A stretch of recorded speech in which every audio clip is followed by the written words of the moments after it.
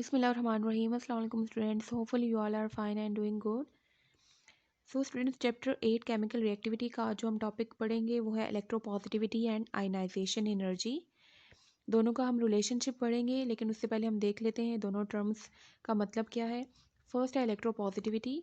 Electropositivity basically electropositive character या metallic character को कहते हैं, और ये मेटल्स की एबिलिटी होती है। Metals have the tendency to lose their valence electrons and this property of the metal is termed as electropositivity. So basically electropositivity हम मेटल्स की प्रॉपर्टी को कहते हैं जो कि उनमें प्रॉपर्टी प्रेजेंट है कि वो इलेक्ट्रॉन लॉस कर सकते हैं अपना valence electron. Valence electron means के सबसे बाहर आउटर मोस्ट शेल में जो इलेक्ट्रॉन प्रेजेंट है, और पॉजिटिव आयन बना सकते हैं। ये जो प्रॉपर्टी है, इस प्रॉपर्टी को हम इलेक्ट्रोपॉजिटिविटी, इलेक्ट्रोपॉजिटिव करेक्टर या फिर मेटालिक करेक्टर कहते हैं। सेकेंड टर्म है आयोनाइजेशन एनर्जी। आयोनाइजेशन एनर्जी हम कहते हैं amount of energy required to remove valence electron from an isolated gaseous atom. तो इस डेफिनेशन के हर एक वर्ड को आपने अच्छे से समझना है। सबसे पहले तो आयोनाइजेशन एनर्जी हम कहते हैं अमाउंट ऑफ एनर्जी रिक्वायर्ड। तो ये हमारी एनर्जी रिक्वायर्ड होती है, चाहिए होती है।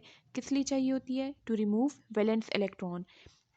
वैलेंस इलेक्ट्रॉन मीन्स सबसे बाहर आउटर मोस्ट शेल में जो इलेक्ट्रॉन प्रेजेंट है उस इलेक्ट्रॉन को रिमूव करने के लिए। अब किस में से रिमूव होता है, किस एटम में से रिमूव होता है? ये from an isolated gaseous atom. Isolated कहते हैं जो एटम सेपरेटली प्रेजेंट है, मीन्स के किसी कंपाउंड की फॉर्म में नहीं प्रेजेंट, बल्कि वो सेपरेट आइसोलेटेड फॉर्म में प्रेजेंट है और गैसियस स्टेट में प्रेजेंट है। लिक्विड और सॉलिड फॉर्म में नहीं है, गैसियस स्टेट में प्रेजेंट है वो एटम। किसी भी गैसियस स्टेट में जो एटम प्रेजेंट है उसके वैलेंस इलेक्ट्रॉन को निकालने के लिए, रिमूव करने के लिए जो हमें अमाउंट ऑफ एनर्जी रिक्वायर्ड होती है, उस एनर्जी को हम कहते हैं आयोनाइजेशन एनर्जी। किसी भी एटम में से जितना वो इलेक्ट्रॉन निकालना डिफ़िकल्ट होगा उतनी ज़्यादा एनर्जी चाहिए होगी, और अगर कोई एटम इजीली इलेक्ट्रॉन लॉस कर सकता है तो ये एनर्जी कम चाहिए होगी। So ionization energy and electropositivity का जो रिलेशनशिप है बेसिकली वो इनवर्स रिलेशनशिप है। They both are inversely related. Inverse relationship हम कहते हैं जब किसी एक चीज़ के इंक्रीज होने से दूसरी चीज़ डिक्रीज होती है, या फर्स्ट चीज़ को डिक्रीज करने से दूसरी चीज़ इंक्रीज हो जाए, तो ये इनवर्स रिलेशनशिप होता है। इसी तरह से आयोनाइजेशन एनर्जी और इलेक्ट्रोपॉजिटिविटी का भी इनवर्स रिलेशनशिप है। और ये दोनों ही जो टर्म्स हैं या फैक्टर्स हैं, जिन फैक्टर्स पे ये दोनों टर्म्स डिपेंड करती हैं वो है atomic size and nuclear charge. So electropositive character जो है वो दो तरह से होता है मेटालिक करेक्टर।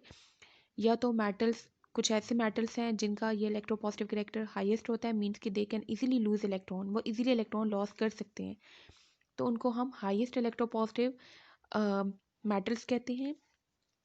अब हाईएस्ट इलेक्ट्रोपॉजिटिविटी कब होती है? जब एटम का साइज बड़ा होता है, बिगर साइज एटम्स हो। उससे क्या होता है कि न्यूक्लियर अट्रैक्शन कम होती है। एटम का जब साइज बड़ा होगा तो उसमें इनर शेल इलेक्ट्रॉन्स प्रेजेंट है, जो कि आउटर मोस्ट शेल, सबसे बाहर शेल के जो इलेक्ट्रॉन है उसको न्यूक्लियस की तरफ अट्रैक्ट होने से प्रोटेक्शन प्रोवाइड करती है, शील्ड कर देती है। उससे क्या होता है कि न्यूक्लियस बाहर वाले इलेक्ट्रॉन को अपनी तरफ स्ट्रांगली अट्रैक्ट नहीं कर पाता, तो न्यूक्लियर अट्रैक्शन डिक्रीज हो जाती है बिगर साइज एटम्स में। Then removal of electrons, valence electron को रिमूव करना ईजी हो जाता है और मेटालिक करेक्टर इंक्रीज होता है। सो लार्ज साइज या बिगर size atoms have highest metallic character. अब रिमूवल ऑफ इलेक्ट्रॉन क्योंकि इजी हो जाएगा तो उसके लिए हमें कम अमाउंट ऑफ आयोनाइजेशन एनर्जी चाहिए होगी। सो इट मीन्स के लार्ज साइज एटम्स में हाईएस्ट मेटालिक करेक्टर होता है और लो आयोनाइजेशन एनर्जी होती है, उसके लिए हमें कम अमाउंट ऑफ एनर्जी चाहिए होती है। देन लेस इलेक्ट्रोपॉजिटिव या मेटालिक करेक्टर, इसमें ऑपोजिट ट्रेंड होता है। जो हमने अभी हाईएस्ट इलेक्ट्रोपॉजिटिविटी में पढ़ा वो ट्रेंड इसमें ऑपोजिट होता है। इसमें जो स्मॉल साइज्ड एटम्स होते हैं उनमें न्यूक्लियर अट्रैक्शन ज़्यादा होती है, क्योंकि साइज़ स्मॉल है तो वैलेंस इलेक्ट्रॉन उनका न्यूक्लियस की तरफ स्ट्रांगली अट्रैक्ट करता है। न्यूक्लियस जो होता है वो वैलेंस इलेक्ट्रॉन को अपनी तरफ स्ट्रांगली अट्रैक्ट करता है, क्योंकि उसका होल्ड ज़्यादा होता है, जिससे अगर वो एटम वो इलेक्ट्रॉन रिमूव करना चाहे तो वो बहुत डिफ़िकल्ट होता है रिमूव करना, तो उसके लिए हमें ज़्यादा अमाउंट ऑफ एनर्जी चाहिए होती है उस एटम को रिमूव करने के लिए। Because the removal of valence electron becomes difficult, not easy, यहाँ पे ईजी लिखा हुआ है, ईजी नहीं होता, उसमें डिफिकल्ट हो जाता है ये process. So metallic character decreases. So small size atom जो होते हैं उनमें लेस मेटालिक करेक्टर होता है। और क्यों लेस मेटालिक करेक्टर होता है? क्योंकि उनका साइज स्मॉल होता है। न्यूक्लियस का जो होल्ड होता है वैलेंस इलेक्ट्रॉन पे वो स्ट्रॉन्ग होता है और उस वैलेंस इलेक्ट्रॉन को रिमूव करना डिफ़िकल्ट हो जाता है, जिसके लिए हमें लार्ज अमाउंट ऑफ एनर्जी चाहिए होती है। सो लेस इलेक्ट्रोपॉजिटिव या मेटालिक जो करेक्टर्स होते हैं या एटम्स होते हैं उनकी मेटालिक करेक्टर तो लो होता है बट हाई जो आयोनाइजेशन एनर्जी होती है वो हाई होती है। फॉर एग्ज़ाम्पल हमारे पास यहाँ पे दो मेटल्स हैं, sodium and magnesium. Sodium group 1 का मेंबर है और मैग्नीशियम ग्रुप 2 का है। सोडियम का एटॉमिक नंबर 11 है और मैग्नीशियम का एटॉमिक नंबर 12 है। सोडियम की अगर हम अरेंजमेंट देखें तो इसके फर्स्ट शेल में, के शेल में 2 इलेक्ट्रॉन्स होते हैं।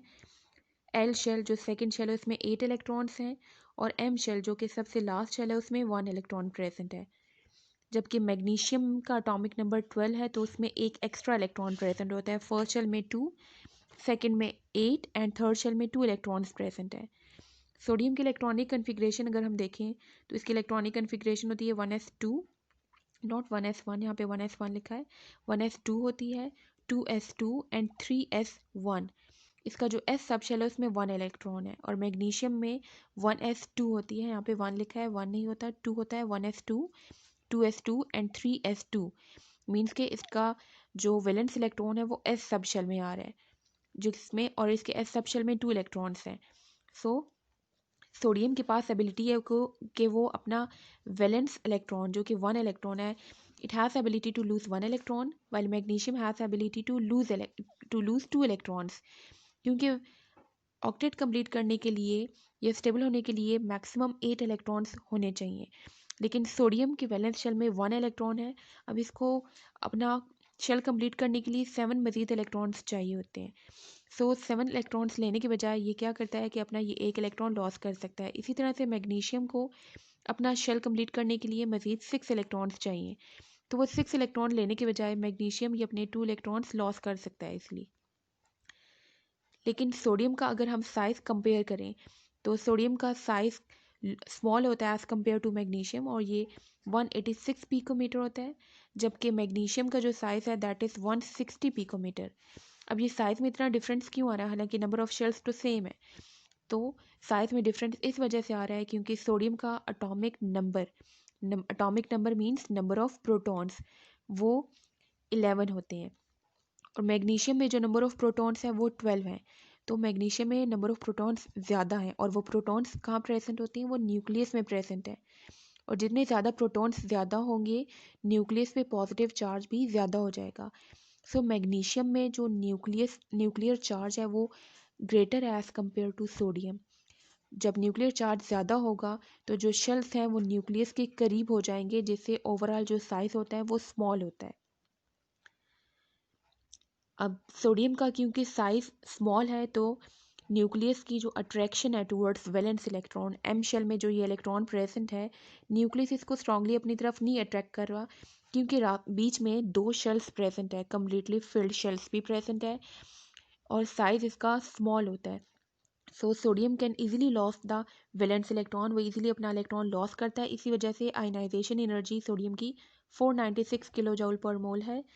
जबकि मैग्नीशियम का साइज़ लार्ज है और इसमें प्रोटॉन्स भी ज़्यादा प्रेजेंट है, जिसकी वजह से न्यूक्लियर चार्ज ज़्यादा है। न्यूक्लियस स्ट्रांगली अट्रैक्ट करता है बाहर वाले इलेक्ट्रॉन को, जिसकी वजह से बाहर वाले इलेक्ट्रॉन्स को, वैलेंस इलेक्ट्रॉन को रिमूव करना डिफ़िकल्ट होता है। और अगर इलेक्ट्रॉन रिमूव करना डिफ़िकल्ट हो तो उसके लिए लार्ज अमाउंट ऑफ एनर्जी चाहिए होती है, जिसे हम आयनाइजेशन एनर्जी कहते हैं। दैट्स वाई मैग्नीशियम की आयनाइजेशन एनर्जी है 738 किलो जूल पर मोल। इसके अलावा आपकी बुक में दो टर्म्स यूज़ की गई हैं, first ionization energy and second ionization energy. तो ये कहते किसे हैं? फर्स्ट आयोनाइजेशन एनर्जी हम कहते हैं amount of energy required to remove first valence electron from an isolated gaseous atom. Definition इसकी बिल्कुल सेम टू सेम वही है जो आयोनाइजेशन एनर्जी की अभी हमने पढ़ी, सिर्फ डिफरेंस कहाँ पे आ रहा है?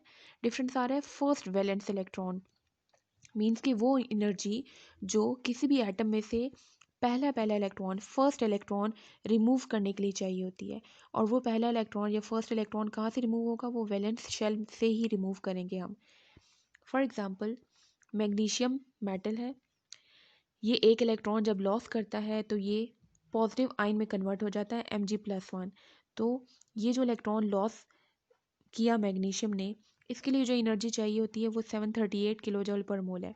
क्योंकि अभी हमने देखा कि मैग्नीशियम का साइज जो होता है वो स्मॉल होता है, सो इलेक्ट्रॉन रिमूवल जो होता है वो डिफ़िकल्ट है, जिसके लिए हमें large amount of ionization energy चाहिए होती है। सो इसलिए यहाँ पे 738 किलो जूल पर मोल एनर्जी चाहिए होती है, जिसको यूज़ करके ये इलेक्ट्रॉन रिमूव होता है। नाउ सेकेंड आयनाइजेशन एनर्जी हम कहते हैं जब कोई एटम एक इलेक्ट्रॉन लॉस कर चुका हो और पॉजिटिव आयन में कन्वर्ट हो जाए, तो उसी पॉजिटिव आयन में से, फॉर एग्जांपल फर्स्ट रिएक्शन में जो आपने यहाँ पे देख रहे हैं Mg+1 बना। अब इस Mg+1 आयन में से पहले ये एटम था, न्यूट्रल था, एक इलेक्ट्रॉन इसने लॉस किया तो ये आयन में कन्वर्ट हो गया और इसमें +1 चार्ज आ गया। प्लस, क्योंकि इसमें प्लस चार्ज आ गया, इसका मतलब इसका जो न्यूक्लियर चार्ज है पॉजिटिव चार्ज न्यूक्लियस का होता है क्योंकि इसमें प्रोटॉन्स प्रेजेंट है। तो इस पे क्योंकि पॉजिटिव चार्ज आ गया है तो इसका मतलब न्यूक्लियस का जो चार्ज है वो भी इंक्रीज हो गया है, जिसकी वजह से बाहर जो वैलेंस शेल है मैग्नीशियम का, जिसमें 2 इलेक्ट्रॉन्स प्रेजेंट थे, एक इलेक्ट्रॉन तो लॉस हो चुका, लेकिन वो जो दूसरा इलेक्ट्रॉन है वो न्यूक्लियस की तरफ स्ट्रांगली अट्रैक्ट होगा। अब इसमें से, इस एटम में से सेकेंड इलेक्ट्रॉन को रिमूव करना ज़्यादा डिफ़िकल्ट हो जाएगा, क्योंकि अब ये एटम नहीं है, अभी ये आयन बन चुका है और वो भी पॉजिटिवली चार्ज्ड आयन है। पॉजिटिव चार्ज आयन जो होता है वो ऑलरेडी इलेक्ट्रॉन डेफिशिएंट होता है। सो ये अब दोबारा जो सेकेंड इलेक्ट्रॉन है वो अपना रिमूव करेगा और अब इस पे जो चार्ज आएगा वो होगा Mg+2। +1 मीन्स कि इसने एक इलेक्ट्रॉन रिमूव किया था, +2 मीन्स इसने सेकेंड इलेक्ट्रॉन भी रिमूव कर दिया। अब यहाँ पे जो अमाउंट ऑफ एनर्जी चाहिए होगी वो है 1450 किलो जूल पर मोल। तो इसमें भी एक ही इलेक्ट्रॉन रिमूव हुआ है जैसे कि फर्स्ट रिएक्शन में रिमूव हुआ है, लेकिन यहाँ पे जो इलेक्ट्रॉन रिमूवल हुआ है वो आयन में से रिमूवल हुआ है, इसलिए इसकी एनर्जी ज़्यादा है as compare to the first ionization energy. So second ionization energy metals की हमेशा ग्रेटर होती है as compare to first ionization energy. जैसे कि आपके बुक पे ये टेबल है, इसमें फर्स्ट कॉलम में मेटल्स हैं, ये ग्रुप 1 के मेंबर्स हैं, lithium, sodium, potassium, rubidium and caesium. Second column में इसके एटॉमिक नंबर्स मेंशन है इन सब एलिमेंट्स के। थर्ड कॉलम में इनके इलेक्ट्रॉनिक कन्फिग्रेशन मेंशन है। अब यहाँ पे आप देखें लिथियम एटॉमिक नंबर 3, इससे आगे नेक्स्ट कॉलम में He हीलियम लिखा हुआ है और इससे आगे लिखा है 2s1। इसका मतलब ये है कि 2s1 से पहले पहले जो इसकी इलेक्ट्रॉनिक कन्फिग्रेशन है वो बिल्कुल सेम है वैसी जैसे कि हीलियम की इलेक्ट्रॉनिक कन्फिग्रेशन होती है। हीलियम की इलेक्ट्रॉनिक कन्फिग्रेशन होती है 1s2। सो 2s1 से पहले 1s2 आता है। इसकी जो आयनाइजेशन एनर्जी है वो है 520। नेक्स्ट एलिमेंट है सोडियम एटॉमिक नंबर 11। इसकी इलेक्ट्रॉनिक कन्फिग्रेशन स्टार्ट से नियॉन की तरह ही है, जो नियॉन की इलेक्ट्रॉनिक कन्फिग्रेशन है जो कि एक नोबल गैस है। और इससे आगे आता है 3s1। इसकी आयनाइजेशन एनर्जी है 496, जो कि लिथियम से स्मॉल है। और वो किस लिए स्मॉल है, हमने आयनाइजेशन एनर्जी इलेक्ट्रोनेगेटिविटी इलेक्ट्रोपॉजिटिविटी का ट्रेंड भी पढ़ा। उस ट्रेंड में हमने ये देखा था कि टॉप टू बॉटम अगर हम ग्रुप में मूव करते हैं तो एटम का साइज़ इंक्रीज़ होता है और साइज़ इंक्रीज़ होने की वजह से लॉस ऑफ इलेक्ट्रॉन ईजी हो जाता है, कम अमाउंट ऑफ एनर्जी चाहिए होती है इलेक्ट्रॉन को रिमूव करने के लिए। तो यही केस यहाँ पे भी है, लिथियम का साइज़ स्मॉल है क्योंकि इसका एटॉमिक नंबर 3 है, उसमें जस्ट 3 इलेक्ट्रॉन्स प्रेजेंट हैं और 2 शेल्स हैं। सेकेंड शेल में 1 इलेक्ट्रॉन है, जबकि सोडियम का एटॉमिक नंबर 11 है, इसमें 3 शेल्स प्रेजेंट हैं। इसका साइज़ बड़ा है एज़ कम्पेयर टू लिथियम, तो ये इजीली इलेक्ट्रॉन रिमूव कर सकता है क्योंकि न्यूक्लियस जो है वो स्ट्रांगली अट्रैक्ट नहीं करता वैलेंस इलेक्ट्रॉन को। सो कम अमाउंट ऑफ एनर्जी चाहिए होती है इलेक्ट्रॉन को रिमूव करने के लिए। सो 496 है यहाँ पे इसकी वैल्यू। नेक्स्ट एलिमेंट है पोटाशियम। इसकी इलेक्ट्रॉनिक कन्फिग्रेशन स्टार्ट से आर्गोन जैसी है एंड देन 4s1 आता है। इसकी ionization energy IE means ionization energy 419 है। RB रुबीडियम का एटॉमिक नंबर 37 है। इलेक्ट्रॉनिक कन्फिग्रेशन स्टार्ट से इसकी क्रिप्टॉन की तरह के आर और 5s1 आता है। देन आयनाइजेशन एनर्जी इसकी 403 है। और सीजियम एटॉमिक नंबर 55, इसकी आयनाइजेशन एनर्जी सबसे लीस्ट है, इस कंप्लीट ग्रुप 1 में से सबसे कम आयोनाइजेशन एनर्जी सीजियम की है, क्योंकि सीजियम का साइज जो है वो बाकी एलिमेंट से, ग्रुप 1 के एलिमेंट से लार्ज है, जो कि इजीली रिमूव कर सकता है अपना वैलेंस इलेक्ट्रॉन, क्योंकि इसमें शेल्स भी ज़्यादा है। तो ये लिथियम है हमारे पास। इसी तरह से सोडियम। देन यहाँ पे आपके पास ये ग्रुप 2 के मेंबर्स हैं, ग्रुप 2 के एलिमेंट्स। फर्स्ट कॉलम में मेटल्स हैं ये सब, Be beryllium, Mg magnesium, Ca calcium, Sr strontium, Ba barium, ये सब मेटल्स हैं और ये ग्रुप 2 के मेंबर्स हैं। इन्हें हम अल्कलाइन अर्थ मेटल्स भी कहते हैं। सो Be बेरिलियम जो है इसका एटॉमिक नंबर 4 है। इलेक्ट्रॉनिक कन्फिग्रेशन इसकी भी स्टार्ट से He हीलियम जैसी ही है और इसके बाद इसमें 2s2 की एडिशन होती है। IE1 means ionization energy 1। Group 2 के जो मेंबर्स हैं उन सब के वैलेंस शेल में 2 इलेक्ट्रॉन्स प्रेजेंट है। इट मीन्स कि वो सब के पास एबिलिटी है कि वो 2 इलेक्ट्रॉन लॉस कर सकते हैं। अब 2 इलेक्ट्रॉन कैसे लॉस होगा? फर्स्ट इलेक्ट्रॉन जब लॉस होगा तो उस वक्त जो एनर्जी चाहिए होगी उसको हम IE1 ionization energy, first ionization energy कहेंगे। उसी वो फिर जो एटम है वो आयन में कन्वर्ट हो जाएगा और उसमें से जो सेकेंड इलेक्ट्रॉन रिमूव करेंगे तो उसके लिए जो एनर्जी चाहिए होगी उसको हम कहते हैं IE2 सेकेंड आयनाइजेशन एनर्जी। तो यहाँ पे बेरिलियम की फर्स्ट आयनाइजेशन एनर्जी 899 है और सेकेंड जो है वो है 1787, जो कि बहुत ज़्यादा है as compare to first ionization energy. इसी तरह से मैग्नीशियम का भी हमने देखा, एटॉमिक नंबर 12 है। इसकी इलेक्ट्रॉनिक कन्फिग्रेशन स्टार्ट से नियॉन जैसी है एंड देन इसमें 3s2 की एडिशन होती है। And ionization energy, first ionization energy इसकी 738 है और सेकेंड इसकी है 1450 और ये ionization energy down the group decrease हो जाती है। तो बेरियम के जो फर्स्ट आयनाइजेशन एनर्जी है वो है 503 और सेकेंड इसकी है 965। सो होपफुली आपको कॉन्सेप्ट समझ आ गया होगा। इसी तरह से बाकी जितने भी एलिमेंट्स हैं अल्कलाइन अर्थ मेटल, ग्रुप 2 के जो मेंबर्स हैं उन्हें अल्कलाइन अर्थ मेटल्स कहते हैं। They have high ionization energy as compare to alkali metal. Alkali metal group 1 के मेंबर्स हैं। So alkaline earth metal group 2 के जो मेंबर्स हैं उनकी आयोनाइजेशन एनर्जी ज़्यादा होती है एज़ कम्पेयर टू ग्रुप 1 के मेंबर्स जिन्हें हम अल्कली मेटल्स कहते हैं। और रीज़न मैंने अभी आपको बताया, क्योंकि अल्कलाइन अर्थ मेटल का साइज़ बड़ा होता है as compare to alkali metals. So alkali metals का जो साइज़ है वो स्मॉल है, मेटालिक करेक्टर इनका ज़्यादा है as compare to alkaline earth metals. So that's why they have low ionization energy as compare to alkaline earth metal. Alkaline earth metal group 2 के साथ अगर इसको कंपेयर किया जाए तो ग्रुप 1 के आयनाइजेशन एनर्जी कम होती है और यही रीज़न है इनकी रिएक्टिविटी की भी। Alkali metals are more reactive than alkaline earth metal because they have low ionization energy. Electron remove करना ईजी होता है इनमें, तो ये इजीली इलेक्ट्रॉन दे सकते हैं, इसी वजह से ये ज़्यादा रिएक्टिव होते हैं। Thank you so much for watching, see you next time, Allah हाफिज़।